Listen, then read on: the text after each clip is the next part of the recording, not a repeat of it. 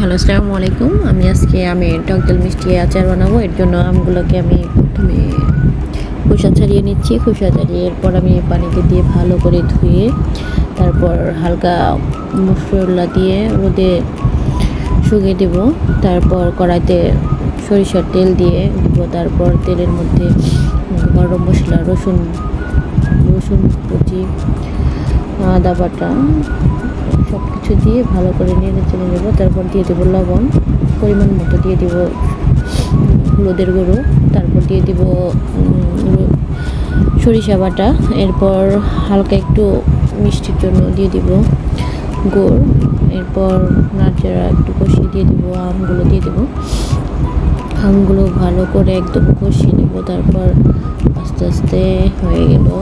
এরপরে যে পাঁচফোড়ন দিয়ে দিলাম। তারপরেই তো হয়ে গেল টক ঝাল মিষ্টি আচার।